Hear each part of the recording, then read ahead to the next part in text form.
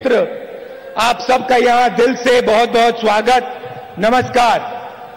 వేదిక పైన ఉన్నటువంటి పెద్దలకు అదే విధంగా ఈ సమావేశంలో ఉన్నటువంటి 50 మంది యువకులకు, ప్రజానీకానికి, మీడియా మిత్రులకు అందరికీ కూడా హృదయపూర్వకంగా నమస్కారం.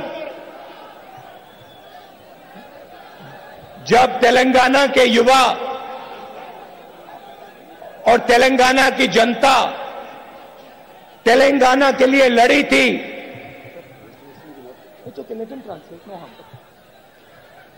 तेलंगाना के लिए लड़ी थी, तो आपका नारा था नीलू निधुलू నేమకాలు.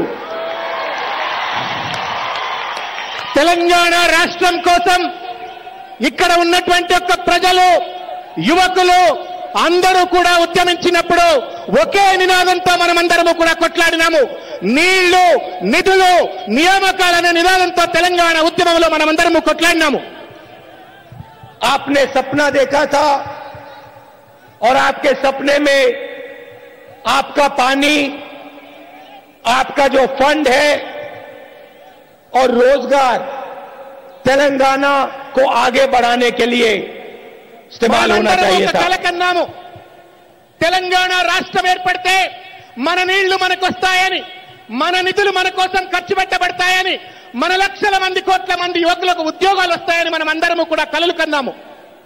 मैं मानता हूं कि तेलंगाना ने जो सपना देखा था वो एक बहुत बड़ा सपना था. నేను బలంగా విశ్వసిస్తా ఉన్నాను, ఏ స్వప్నమైతే మనం పూర్తి కావాలని అనుకున్నామో అది మహత్తరమైనటువంటి ఒక స్వప్నం అని చెప్పని నేను మనస్ఫూర్తిగా నమ్ముతా ఉన్నాను.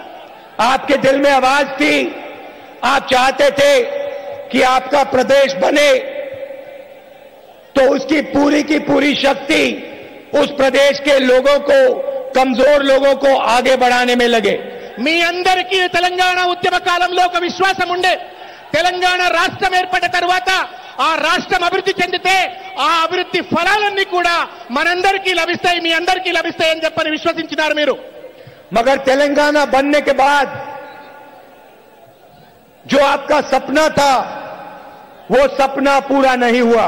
కానీ దురదృష్టవశాత్తు తెలంగాణ రాష్ట్రం ఏర్పడ్డ తర్వాత ఏ కలల కోసం మనం కొట్లాడినామో, తెలంగాణ తెచ్చుకున్నామో ఆ కలలు ఇవాళ సాకారం కావట్లేదని బాధగా ఉంది. चुनाव के बाद तेलंगाना के एक नए चीफ मिनिस्टर बने. తెలంగాణ రాష్ట్ర ఎన్నికల తర్వాత ఒక కొత్త ముఖ్యమంత్రి తెలంగాణ రాష్ట్రాన్ని పరిపాలిస్తా ఉన్నాడు. और जो तेलंगाना के युवा लड़े थे, जो मरे थे, जो पीटे गए थे, उनकी लड़ाई के लिए चीफ मिनिस्टर ने उनसे वायदे किए थे. తెలంగాణ రాష్ట్రం కోసం అనేక మంది త్యాగాలు చేసినారు, బలిదానాలు చేసినారు, కొట్లాడినారు. వాళ్ళందరికీ ముఖ్యమంత్రి అనేక రకాలైన వాగ్దానాలు చేసినాడు. और आज मैं स्टेज से उन मार्टर्स को याद करता हूं जो तेलंगाना मूवमेंट में मारे गए, जिन्होंने अपनी जान दी. తెలంగాణ ఉద్యమకారులు ఎవరైతే ఆత్మ బలిదానం చేసుకున్నారో వాళ్ళందరికీ నేను శ్రద్ధాంజలి ఘటిస్తా ఉన్నాను. और जब चीफ मिनिस्टर तेलंगाना को वायदा करते हैं तो वो उन लोगों से वायदा करते हैं जिन्होंने तेलंगाना के लिए लड़ाई लड़ी, जिनके भाई, माता पिता तेलंगाना के लिए मारे गए. తెలంగాణ ఉద్యమంలో అమరవీరులైనటువంటి వాళ్ళ జీవితాలను బాగు చేస్తా అని చెప్పని ముఖ్యమంత్రి ఎన్నికల సమయంలో వాగ్దానం చేసినాడు. चीफ मिनिस्टर ने कहा था कि 1 लाख सरकारी नौकरियां वेकेंट हैं. తెలంగాణ ముఖ్యమంత్రి ఎన్నికల సమయంలో 1,00,000 ఉద్యోగాలు ఖాళీ ఉన్నాయి, ప్రభుత్వ ఖాళీలు ఉన్నాయని చెప్పడం జరిగింది. उन्होंने कहा था कि तेलंगाना के युवाओं को वो रोजगार देंगे. తెలంగాణ యువకులందరికీ కూడా తెలంగాణ రాష్ట్రం ఏర్పడగానే ఒక చెక్కాలో అందరికీ కూడా ఉద్యోగాలు ఇస్తారని కూడా వాగ్దానం చేయటమైంది. और आज तेलंगाना का हर युवा जानता है, गहराई से समझता है कि आपके चीफ मिनिस्टर ने 4 साल में 10,000 युवाओं को भी रोजगार नहीं दिया. ఇవాళ ముఖ్యమంత్రి వాగ్దానాల మీద అధికారంకి వచ్చిండో ఆ వాగ్దానాలన్నీ కూడా అబద్ధాలనేటువంటి విషయం ఇవాళ ఈ తెలంగాణలో ఉన్న యువకులందరికీ కూడా స్పష్టమైంది. 4 సంవత్సరాల కాలంలో కేవలం 10,000 ఉద్యోగాలు కూడా నింపలేదు. ना सरकारी जॉब्स का नोटिफिकेशन हुआ है और ना रिक्रूटमेंट हुआ है. ప్రభుత్వ ఉద్యోగాల కోసం నోటిఫికేషన్ వేయలేదు. ఆ ఉద్యోగం వేసిన నోటిఫికేషన్లకు రిక్రూట్మెంట్ కూడా జరగలేదు. और जो आपको पहले मिलता था, जो आपकी फीस रीइंबर्स होती थी, उसको भी आपसे चीफ मिनिस्टर ने छीन लिया. పేదల విద్యార్థుల జీవితాలను బాగు చేసేటువంటి ఒక ఫీ రీఎంబర్స్మెంట్ పథకాన్ని కూడా ఇవాళ విద్యార్థులకు అందకుండా దూరం చేస్తా ఉన్నాడు. ఇవాళ किसानों को वायदे किए और दुख से मैं कहता हूं कि 4,000 किसानों ने आत्महत्या की है तेलंगाना में. రైతులకు అనేక రకాలైనటువంటి వాగ్దానాలు చేసిన ముఖ్యమంత్రి దాదాపు 4,000 మంది రైతులు తెలంగాణ ప్రాంతంలో ఆత్మహత్య చేసుకుంటుంటే నిమ్మకు నీరెత్తినట్టున్నాడు, చూస్తా ఉన్నాడు. चीफ मिनिस्टर ने स्टेट में और प्रधानमंत्री जी ने नेशनल लेवल पे वायदा किया था कि किसानों को सही दाम दिया जाएगा. ముఖ్యమంత్రి గారు రైతులందరికీ కూడా కనీస మద్దతు ధర ఇస్తా అని చెప్పని వాగ్దానం చేయటమైంది. लाखों रुपए सबसे अमीर लोगों का प्रधानमंत्री जी माफ कर सकते हैं, लाखों करोड़ रुपए उनको दिया जा सकता है, मगर हिंदुस्तान के किसान को, तेलंगाना के किसान को मदद नहीं की जा सकती. ఇవాళ దేశంలో లక్షల కోట్ల రూపాయలు పెట్టుబడిదారులకు, పారిశ్రామికవేత్తలకు, డబ్బున్న వాళ్లకు వాళ్ళ యొక్క రుణాలు మాఫీ జరుగుతా ఉన్నాయి. కానీ పేద రైతుల రుణాలు మాత్రం మాఫీ జరగట్లేదు. ఇవాళ उधर प्रधानमंत्री कहते हैं कि मैं देश का प्रधानमंत्री नहीं हूं, मैं देश का चौकीदार हूं. ఢిల్లీలో ఉన్నటువంటి ఒక నరేంద్ర మోడీ ప్రధానమంత్రి నేను దేశ ప్రధానిని కాదు, ఈ దేశానికి కాపలాదారును అంటాడు. అక్కడ राफेल हवाई जहाज का कॉन्ट्रैक्ट हिंदुस्तान एरोनॉटिकल लिमिटेड से छीनते हैं और अपने मित्र को कॉन्ट्रैक्ट देते हैं. భారత ప్రభుత్వ రంగ సంస్థ అయినటువంటి ఒక హిందుస్థాన్ ఏరోనాటిక్ లిమిటెడ్ కూర్చున్నటువంటి ఒక రఫేల్ కాంట్రాక్ట్ ను హెచ్ఏఎల్ నుండి గుంజుకొని ఆయనకు ఆత్మీయులైనటువంటి ఒక పెట్టుబడిదారులకు కట్టబెడతా ఉన్నాడు ఇవాళ నరేంద్ర మోడీ. जो हवाई जहाज यूपीए की सरकार ने 526 करोड़ लेने की बात की थी, उसी हवाई जहाज को प्रधानमंत्री जी ने 1,600 करोड़ रुपए के लिए खरीदा. దుర్మార్గమైన విషయం ఏంటంటే యూపీఏ ప్రభుత్వ హయాంలో 524 కోట్ల రూపాయలకు కొనుగోలు చేయాలని నిర్ణయించినటువంటి ఒక విమానాన్ని దుర్మార్గంగా అవినీతితో నరేంద్ర మోడీ ప్రభుత్వం ఒక విమానాన్ని 1,600 కోట్ల రూపాయలకు కొని अनिल अंबानी जी ने कभी हवाई जहाज नहीं बनाया. 45,000 करोड़ रुपए का कर्जा था और जिस कंपनी को कॉन्ट्रैक्ट मिला वो कॉन्ट्रैक्ट मिलने से 10 दिन पहले ही पैदा हुई थी. అనిల్ అంబానీ కంపెనీకు ఏ రకమైనటువంటి ఒక విమాన ఉత్పత్తి రంగంలో అనుభవం లేదు. ఏ కంపెనీకైతే ఇవాళ రఫేల్ డీల్ ఇచ్చినారో ఆ కంపెనీ దాదాపు 35,000 కోట్ల రూపాయల నష్టాల్లో ఉన్నటువంటి ఒక కంపెనీ. ఆ కంపెనీ ఆర్డర్ ఇచ్చే ముందు కేవలం 10 రోజుల ముందు మాత్రమే ఆ కంపెనీని పెట్టడమైంది. हमने सरकार से सवाल पूछा, रक्षा मंत्री कहती है कि राफेल हवाई जहाज का दाम देश को बताया नहीं जा सकता है क्योंकि फ्रांस की सरकार के साथ सीक्रेट पैक्ट है कि हम हिंदुस्तान की जनता को राफेल हवाई जहाज का दाम नहीं बताएंगे. దేశ రక్షణ మంత్రి ఏమంటాడంటే ఫ్రాన్స్ తో మాకు సీక్రెట్ ఒప్పందం ఉంది, ఆ ఒప్పందాన్ని మేము బహిర్గతం చేయలేము, ఏ ధరకు మేము ఏం కొంటున్నామో మేము వివరాలన్నీ ప్రభుత్వానికి కానీ పార్లమెంట్ కానీ చెప్పలేము అని అబద్ధాలు ఆడుతా ఉన్నారు. और मैंने स्वयं फ्रांस के राष्ट्रपति से पूछा, दिल्ली आए, मैंने उनसे पूछा भाई बात बताइए, क्या आपके बीच में और हिंदुस्तान की सरकार में कोई सीक्रेट पैक्ट है जो कहता है कि राफेल हवाई जहाज का दाम हिंदुस्तान की जनता को नहीं बताया जा सकता है. నేను ఫ్రాన్స్ ప్రధానమంత్రితో సమావేశమయ్యాను. ఆ సమావేశంలో స్పష్టంగా నేను ఆ ప్రధానమంత్రిని అడగడం జరిగింది, రఫేల్ విమానాన్ని ఎంత ఖరీదుకు కొంటా ఉన్నారో ఆ యొక్క ఖరీదు వివరాలు భారతదేశ ప్రజలకు చెప్పకుండా ఏమైనా సీక్రెట్ ప్యాక్ట్ ఉందా అని చెప్పని నేను అడగటమైంది. फ्रांस का राष्ट्रपति मुझे कहता है, और मेरे साथ आनंद शर्मा जी और मनमोहन सिंह जी बैठे थे, फ्रांस का राष्ट्रपति कहता है ऐसी कोई बात नहीं है, अगर हिंदुस्तान की सरकार राफेल हवाई जहाज का दाम बताना चाहती है तो खुल के बताए, हमारा कोई इतराज नहीं. दूसरी तरफ डिफेंस मिनिस्टर कहती है फ्रांस के साथ सीक्रेट पैक्ट है, दाम नहीं बताया जा सकता. నేను ప్రధానమంత్రితో ఫ్రాన్స్ ప్రధానమంత్రితో జరిగిన సమావేశంలో నాతో పాటు ఆనంద్ శర్మ గారు, మాజీ ప్రధాని మన్మోహన్ సింగ్ గారు ఉన్నారు. చాలా స్పష్టంగా చెప్పిండ్రు, చెప్పాలనుకుంటే సీక్రెట్ ఏం లేదు, భారతదేశ ప్రజలకు ఆ సీక్రెట్ చెప్పొచ్చు, దాంట్లో ఏం సీక్రెట్ లేదు అని చెప్పడమైంది. కానీ దుర్మార్గంగా రక్షణ మంత్రి మాత్రం ఆ వివరాలన్నీ సీక్రెట్, ప్రజలకు చెప్పడానికి వీలు లేదని చెప్పని పార్లమెంట్ సాక్షిగా చెప్పారు. राफेल कॉन्ट्रैक्ट को रीडिजाइन करके नरेंद्र मोदी जी ने अनिल अंबानी जी को लाखों करोड़ रुपए का फ्री गिफ्ट दिया.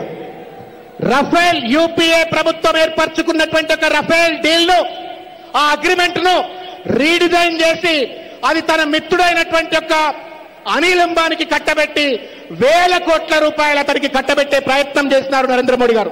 लाखों युवाओं से इंजीनियरिंग का रोजगार छीना. లక్షల మంది యువకులకు ఈ యొక్క రఫేల్ విమానాల ఉత్పత్తి ద్వారా వచ్చేటువంటి ఒక ఉపాధి అవకాశాలను గండికొట్టిండ్రు. मतलब पहले इसे भ्रष्टाचार कहते थे, पहले इसे करप्शन कहते थे, अब इसे रीडिजाइन कहते हैं. ఇంతకు ముందు ఇటువంటి అంశాలను అవినీతి అని మనం అంటుండే వాళ్ళము, ఇప్పుడు కొత్తగా రీడిజైన్ అని చెప్పని అంటా ఉన్నారు. ఇవాళ तेलंगाना में भी आपके चीफ मिनिस्टर रीडिजाइन के स्पेशलिस्ट हैं. తెలంగాణలో కూడా తెలంగాణ ముఖ్యమంత్రి కూడా రీడిజైన్ల పేరు మీద పైసలు దండుకుంటా ఉన్నాడు. जमीन छीनते हैं गरीब लोगों से, किसानों से. పేద రైతుల దగ్గర దుర్మార్గంగా భూములు లాక్కుంటా ఉన్నారు. अंबेडकर जी की याद में एक प्रोजेक्ट बनाया गया, उसका नाम बदला, उसको रीडिजाइन किया. మహానుభావుడు అంబేద్కర్ గారి పేరు మీద ప్రాణహిత చేవెళ్ల ప్రాజెక్ట్ నిర్మాణం చేపడితే ఆ ప్రాజెక్టు నిర్మాణాన్ని పక్కన పెట్టేసి, ఆ పేరును పక్కన పెట్టేసి దాన్ని కూడా రీడిజైన్ చేసే ప్రయత్నం చేస్తున్నాడు. 38,000 करोड़ रुपए का प्रोजेक्ट था, उसको नया नाम दिया कलेश्वरम.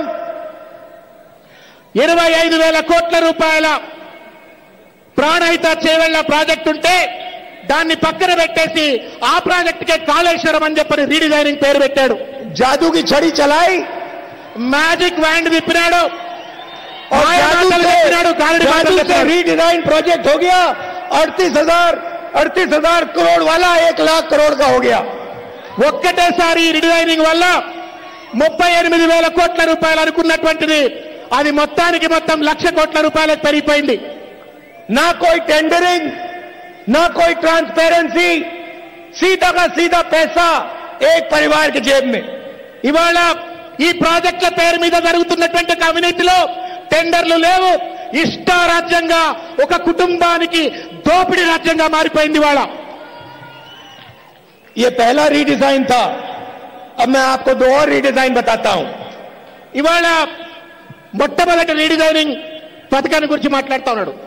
इंदिरा सागर दुमुगुदम, इंदिरा सागर దుమ్ముగూడెం ఖమ్మంలో నిర్మించబడుతున్న और राजीव सागर दुमुगुदम. ఇందిరా సాగర్ దుమ్ముగూడెం,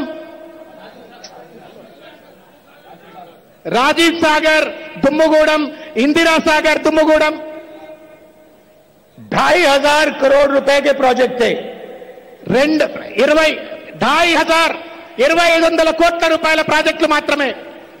रीडिजाइन के बाद नया नाम दिया सीतारामा. రీడిజైన్ పేరుతో ఆ ప్రాజెక్టులకు సీతారామ అని పేరు పెట్టేసినాడు. जादू की छड़ी चलाई మాయ మాటలు చెప్పినాడు, గారడి మాటలు చెప్పినాడు. और 2,500 करोड़ रुपए का प्रोजेक्ट 12,000 करोड़ का प्रोजेक्ट बन गया. 2,500 కోట్ల రూపాయల ప్రాజెక్టు ఒకే 12,000 కోట్ల రూపాయల ప్రాజెక్టుగా మారిపోయింది. उधर दिल्ली में वो रीडिजाइन करते हैं, इधर ये रीडिजाइन करते हैं. ఢిల్లీలో ఉన్న నరేంద్ర మోడీ ఇట్లనే రీడిజైనింగ్ చేసి మోసం చేస్తా ఉన్నాడు. తెలంగాణలో ఉన్నటువంటి ఒక కేసీఆర్ కూడా అట్లనే మోసం చేస్తా ఉన్నాడు రీడిజైనింగ్ పేరు మీద. लोकसभा में रीडिजाइनर साहब बैठे थे, मैंने उनसे आधे घंटे का भाषण किया, उनको बताया राफेल के बारे में देश को बताइए, दाम के बारे में बताइए, अपने मित्र अनिल अंबानी जी के बारे में बताइए, 45,000 करोड़ रुपए का कर्जा है उसके बारे में बताइए, कॉन्ट्रैक्ट उसको कैसे मिला, रीडिजाइन आपने कैसे किया उसके बारे में बताइए. आंख में आंख मिला के मैंने भाषण की. कभी रीडिजाइनर ऊपर देखे, कभी साइड में देखे, कभी नीचे देखे, कभी उधर देखे. रीडिजाइनर आंख में आंख नहीं मिला सकता, क्योंकि रीडिजाइन का मतलब भ्रष्टाचार, करप्शन, चोरी. రీడిజైన్ అంటేనే అవినీతి, దుర్మార్గమైనటువంటి ఒక దోపిడీ. పార్లమెంటులో నేను 30 నిమిషాల పాటు ప్రసంగించాను. ప్రధానమంత్రి నరేంద్ర మోడీ కళ్లల్లో కళ్లు పెట్టి రఫేల్ డీల్ ఏంటి, ఈ రఫేల్ డీల్ 35,000 కోట్ల రూపాయల నష్టానికి ఉన్నటువంటి ఒక కంపెనీకి ఎట్లా కట్టబెట్టిండ్రు అని చెప్పని ఆయన అడిగితే నా కళ్లల్లో కళ్ళు పెట్టకుండా పైకి చూసిండు, కిందికి చూసిండు, దాటవేటకు పాల్పడ్డాడు. अच्छा एक और बात देखिए, जो भी उधर के रीडिजाइनर कहते हैं करते हैं, इधर के रीडिजाइनर उनको समर्थन देते हैं. उधर रीडिजाइनर नोटबंदी लागू करते हैं, इधर के रीडिजाइनर नोटबंदी का सपोर्ट करते हैं. ఆ దేశంలో ప్రధానమంత్రి రీడిజైన్ చేసేటువంటి ఒక వ్యక్తి నోట్ల రద్దు చేస్తే తెలంగాణలో రీడిజైన్ చేస్తున్నటువంటి ఒక ముఖ్యమంత్రి ఆ దుర్మార్గమైన నోట్ల రద్దుకు మద్దతు ఇస్తా ఉన్నాడు. उधर के रीडिजाइनर गब्बर सिंह टैक्स लागू करते हैं, यहां के रीडिजाइनर ताली लगाते हैं, ताली बजाते हैं, कहते भैया बहुत अच्छा बहुत अच्छा. దేశంలో ముఖ్య ప్రధానమంత్రి గబ్బర్ సింగ్ ట్యాక్స్ పెట్టి మనందరినీ ఇబ్బందులకు గురి చేస్తే తెలంగాణ ముఖ్యమంత్రి చప్పట్లు కొడుతూ రాక్షసానందాన్ని పొందుతా ఉన్నాడు. उधर के रीडिजाइनर पूरे देश में पुलिस राज लगा रहे हैं, यहां के रीडिजाइनर तेलंगाना में किसी को बात नहीं करने देते. దేశంలో ఉన్న ప్రధానమంత్రి అక్కడ ఉన్నటువంటి అందరి పైన కూడా ఆంక్షలు విధించి అణచివేతకు గురి చేస్తా ఉంటే తెలంగాణలో ఉన్న ముఖ్యమంత్రి కూడా ఒక అణచివేత ధోరణికి పాల్పడతా ఉన్నాడు. उधर के रीडिजाइनर गरीबों से पैसा छीनते हैं, इधर के रीडिजाइनर भी गरीबों से पैसा छीनते हैं. దేశంలో ప్రధానమంత్రి దేశ స్థాయిలో పేద ప్రజల భూములను పైసలు లాక్కుంటా ఉంటే తెలంగాణలో ఉన్నటువంటి ముఖ్యమంత్రి కూడా పేద ప్రజల యొక్క పైసలు లాక్కుంటా ఉన్నాడు. आपको पहले KG to PG free education मिलता था. గతంలో మీకు KG to PG free education లభించే పరిస్థితి ఉంటుండే తెలంగాణలో. हैदराबाद की जो स्कूल फीस है देश में सबसे ऊंची है. ఇవాళ తెలంగాణ రాష్ట్రం ఏర్పడిన తర్వాత హైదరాబాద్ లో ఉన్నటువంటి ఒక స్కూళ్లలో ఇష్టారాజ్యంగా ఫీజులు పెరిగిపోయి ప్రజలు ఇబ్బందికి గురవుతా ఉన్నారు. 400% इंक्रीज हुआ है स्कूल फीस में. ఈ 4 సంవత్సరాల కాలంలో దాదాపు 400% స్కూళ్ల ఫీజులు పెరిగిపోయి పిల్లలు ప్రజలందరూ కూడా ఇబ్బందికి గురవుతా ఉన్నారు. जहां भी जाते हैं या किसानों से जमीन छीनेंगे या कमजोर लोगों के जेब में हाथ डाल के पैसा निकालेंगे. ఎక్కడ పోయినా గానీ పేద ప్రజల యొక్క డబ్బులు గుంజుకుంటా ఉన్నారు, పేద రైతుల యొక్క భూములను గుంజుకుంటా ఉన్నారు. सपनों की बड़ी जरूर बात करेंगे, सपनों की बात करेंगे, दिन भर सपनों की बात करेंगे. ఒక్కసారి కలల గురించి మాట్లాడుకుందాం. दिन भर सपनों की बात करेंगे. కలల గురించి మాట్లాడుకుందాం, ఒకసారి కలల గురించి మాట్లాడుకుందాం. मगर अगर जनता अपने सपनों की बात करे तो जनता को डंडा मारेंगे. ప్రజల యొక్క కలల గురించి మాట్లాడితే ప్రజలకు సంతోషం కలుగుతుంది. उधर जंतर मंतर पे बात नहीं करने देते, इधर धरना चौक खींच लेते हैं, ले जाते हैं. ప్రజల యొక్క ధర్నా చౌక్ ను ప్రజలకు అందుబాటులో ఉండకుండా ఇవాళ అణచివేతకు గురి చేస్తా ఉన్నారు. अब आप धरना चौक पे धरना नहीं कर सकते. ఇవాళ ధర్నా చౌక్ లో ధర్నా చేసి ప్రజాస్వామిక హక్కును కోల్పోయినా మనం ఇవాళ. और आप पूरे देश में देखिए, कहीं दलितों पे अत्याचार, कहीं माइनॉरिटीज को मारा जा रहा है, कहीं महिलाओं का रेप होता है. దేశవ్యాప్తంగా అనేక రకాలైన అత్యాచారాలకు ప్రజలు గురవుతా ఉన్నారు. ఇవాళ దళితుల మీద, మహిళల మీద అనేక అత్యాచారాలు జరుగుతా ఉన్నాయి. उत्तर प्रदेश में महिलाओं का बलात्कार होता है, रेप होता है. ఉత్తరప్రదేశ్ లో మహిళల మీద బలాత్కారాలు జరిగితే नरेंद्र मोदी जी ने नारा दिया था,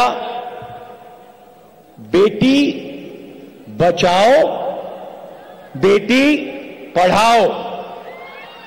मगर नारे में वो बताना भूल गए, बेटी किससे बचाओ. నరేంద్ర మోడీ బేటీ బచాओ బేటీ పడాओ, ఆడపిల్లలను రక్షించండి, ఆడపిల్లలను చదివించండి అని చెప్పిండ్రు.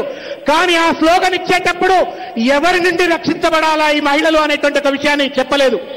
बिहार में रेप होता है, बीजेपी का एमएलए रेप करता है. బీహార్లో రేప్ జరిగితే భారతీయ జనతా పార్టీకి సంబంధించిన ఎమ్మెల్యేనే రేపిస్ట్ గా కనబడతాడు. बिहार में छोटी बच्चियों का रेप होता है, आसपास बीजेपी का नेता घूम रहा है. బీహార్లో చిన్న చిన్న పిల్లల రేపులు జరుగుతుంటే ఆ పరిసరాల ప్రాంతాలలో బీజేపీకి సంబంధించిన నాయకులు తిరిగాడుతా ఉన్నారు. बेटी बचाओ, बीजेपी के एमएलए से बेटी बचाओ. ఆడపిల్లలను కాపాడండి, కానీ బీజేపీ ఎమ్మెల్యేలు నాయకుల నుండి కాపాడండి అని చెప్పని నేను కోరుతా ఉన్నాను. दलितों को मारा जाता है, माइनॉरिटीज को मारा जाता है, आदिवासियों को मारा जाता है, महिलाओं पर बलात्कार होता है, रेप होता है, और देश का प्रधानमंत्री एक शब्द नहीं कहता है, चुप बैठा रहता है. దళితులపైన అత్యాచారాలు, మహిళలపైన అత్యాచారాలు, ఆదివాసీలపైన అత్యాచారాలు, ఇన్ని రకాలైన అత్యాచారాలు జరుగుతుంటే కూడా భారతదేశ ప్రధానమంత్రి నరేంద్ర మోడీ మాత్రం ఒక్క మాట కూడా మాట్లాడాడు, తన మౌనాన్ని విడనాడాడు. मैं समझता हूं पार्लियामेंट में मेरे सवालों का जवाब नहीं दे सके. मैं समझता हूं भ्रष्टाचार किया है तो चुप रहना पड़ेगा, मगर प्रधानमंत्री को महिलाओं के बारे में, दलितों, आदिवासियों और माइनॉरिटीज के बारे में तो बोलना चाहिए. నేను అర్థం చేసుకోగలుగుతాను, పార్లమెంట్ లో నేను లేవనెత్తిన ఏ ప్రశ్న కూడా సమాధానం చెప్పలేదు. నాకు సరియైన సమాధానం పార్లమెంట్ లో చెప్పకపోయినా పర్వాలేదు, కానీ ఈ దేశంలో ఉన్నటువంటి ఒక ప్రజలపైన, మహిళలపైన, ఆదివాసీలపైన, దళితులపైన అత్యాచారం జరుగుతుంటే మాత్రం ఒక ప్రధానమంత్రి హోదాలో మాట్లాడాలి కదా, నోరు విప్పాలి కదా. हम आपसे झूठे वायदे नहीं करने आए हैं. నేను మీకు అబద్ధపు వాగ్దానాలు చేయడానికి ఇక్కడికి రాలేదు. आपने तेलंगाना का सपना देखा था, उस सपने को हम पूरा करने आए हैं. మీరు తెలంగాణ రాష్ట్ర ఏర్పాటులో ఒక కలను చూస్తున్నారు, ఆ కలను సాకారం చేయడం కోసం నేను మీ ముందు ఇక్కడికి వచ్చాను. मैं मानता हूं कि आपका बहुत बड़ा सपना है और उसको पूरा करने में समय लगेगा. మీది అతిపెద్ద స్వప్నం, ఆ స్వప్నం సాకారం కావాలంటే కొంత సమయం అవసరం కావచ్చు. मगर दुख की बात है कि पिछले 4 साल में शुरुआत ही नहीं हुई है. దురదృష్టకరమైన పరిణామం ఏంటంటే 4 సంవత్సరాల కాలంలో ఏ కలల కోసం తెలంగాణ కొట్లాడి తెచ్చుకున్నామో ఆ కలల పునాదులు కూడా ఇప్పటి వరకు మొదలు కాలేదు, ఆ ప్రయత్నాలేమీ ముందు పడలేదు.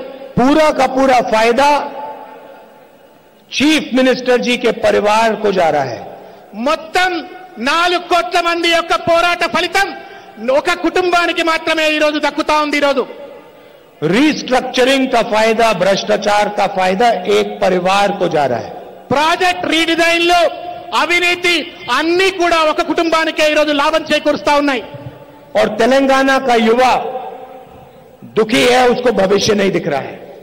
తెలంగాణ యువకులు ఇవాళ దురదృష్టకరమైన పరిణామం ఏంటంటే భవిష్యత్తు అంధకారంగా ఉంది, కనబట్లేదు.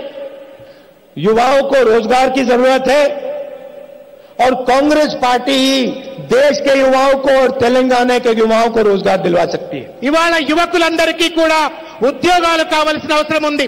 కాంగ్రెస్ పార్టీ ఎట్టి పరిస్థితుల్లో కూడా తెలంగాణ నిరుద్యోగులందరికీ కూడా ఉద్యోగావకాశాలు కల్పించడంలో కృషి చేస్తుంది. किसानों को सरकार की मदद की जरूरत है, रक्षा की जरूरत है. తెలంగాణలో ఉన్నటువంటి రైతులకు ప్రభుత్వం నుండి మద్దతు, రక్షణ మద్దతు కావాల్సిన అవసరం ఉంది. मोदी जी ने कहा कि मैं एमएसपी बढ़ाऊंगा। మోడీజీ గారు అన్నారు తెలంగాణ అధికారంలోకి రాకముందు నేను కనీస మద్దతు ధరను పెంచుతాను అని చెప్పడం జరిగింది। पूरे देश में उन्होंने 10,000 करोड़ रुपए एमएसपी बढ़ाई। 4 సంవత్సరాలు సాగదీసిన తర్వాత కేవలం 10,000 కోట్ల రూపాయలు మాత్రమే మద్దతు ధర పెంచి రైతులకు అన్యాయం చేసిండు। हमने कर्नाटक के चुनाव से पहले कर्नाटक की जनता से, कर्नाटक के किसानों से कहा था कि हम आपका कर्जा माफ करेंगे। కర్ణాటక ఎన్నికల సమయంలో కర్ణాటకలో ఉన్న ప్రజలందరికీ కూడా మేము రైతులకు వాగ్దానం చేసినాము, మీ రుణాలన్నీ కూడా మాఫీ చేస్తారని చెప్పని వాగ్దానం చేశాను। जैसे ही सरकार आई 31,000 करोड़ रुपए किसानों का कर्नाटक की सरकार ने कर्जा माफ किया। ఇచ్చిన మాట ప్రకారంగా అధికారంలోకి రాగానే 31,000 కోట్ల రూపాయల రైతు రుణమాఫీ చేసినాం।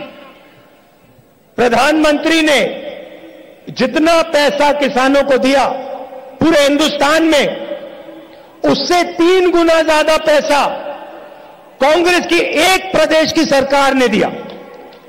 उन्होंने 10,000 करोड़, हमने 31,000 करोड़।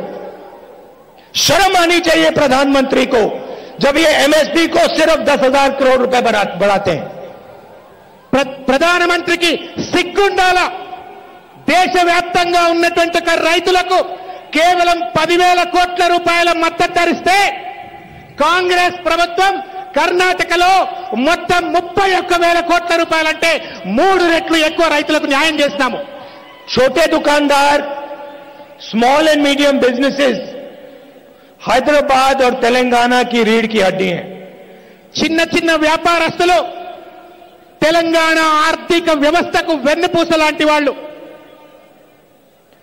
प्रधानमंत्री जी ने इस रीढ़ की हड्डी को 2 जबरदस्त झटके मारे। భారతదేశ ప్రధానమంత్రి తెలంగాణ ఆర్థిక వ్యవస్థ అయినటువంటి ఈ చిన్న చిన్న వ్యాపారస్తుల వెన్నెముకను, ఆర్థిక వ్యవస్థకు వెన్నెముకను ఇరగొట్టాడు। पहला झटका नोटबंदी, दूसरा झटका गब्बर सिंह टैक्स। మొట్టమొదటి దెబ్బ నోట్ల రద్దు, రెండవ దెబ్బ గబ్బర్ సింగ్ ట్యాక్స్। मैं आपको स्टेज से बता रहा हूं कि जैसे ही 2019 में कांग्रेस पार्टी की सरकार आएगी और तेलंगाना के और हिंदुस्तान के छोटे दुकानदारों, स्मॉल मीडियम बिजनेसेस, आप सब सुन लो, जैसे ही 2019 में कांग्रेस पार्टी की सरकार आएगी वैसे हम गब्बर सिंह टैक्स को बदल के जीएसटी आपको देंगे। ఈ వేదిక నుండి నేను వాగ్దానం చేస్తా ఉన్నాను, కాంగ్రెస్ ప్రభుత్వం అధికారంలోకి రాగానే చిన్న చిన్న వ్యాపారస్తులకు, చిన్న చిన్న దుకాణాలు నడుపుకునేటువంటి వాళ్లకు గబ్బర్ సింగ్ ట్యాక్స్ ను సులువుతరంగా మార్చేసి గబ్బర్ సింగ్ ట్యాక్స్ నుండి జీఎస్టీ మీకు అందిస్తాను। 5 अलग अलग टैक्स नहीं होंगे, सिर्फ एक टैक्स होगा और जो चीजें गरीब जनता, कमजोर लोग इस्तेमाल करते हैं उनको हम जीएसटी से निकाल देंगे।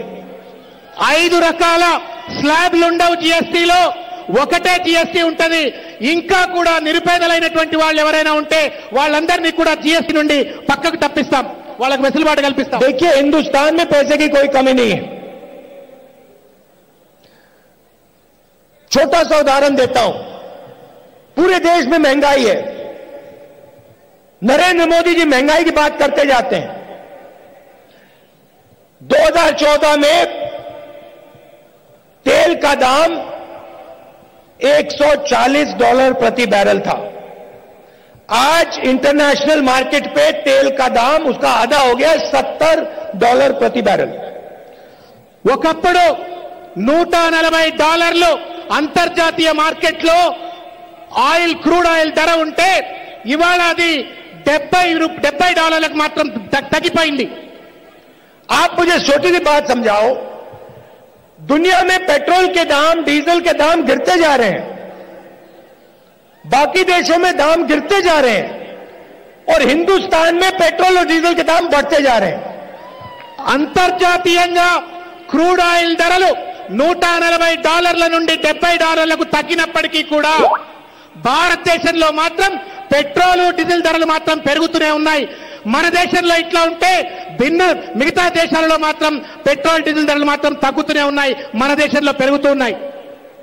आप अपने स्कूटर में, मोटरसाइकिल में, गाड़ी में पेट्रोल डालते हो, आपके जेब से पैसा निकलता है, और सीधा उस पैसे को नरेंद्र मोदी जी हिंदुस्तान के सबसे बड़े बिजनेसमैन 15-20 बिजनेसमैन के जेब में डाल देते हैं।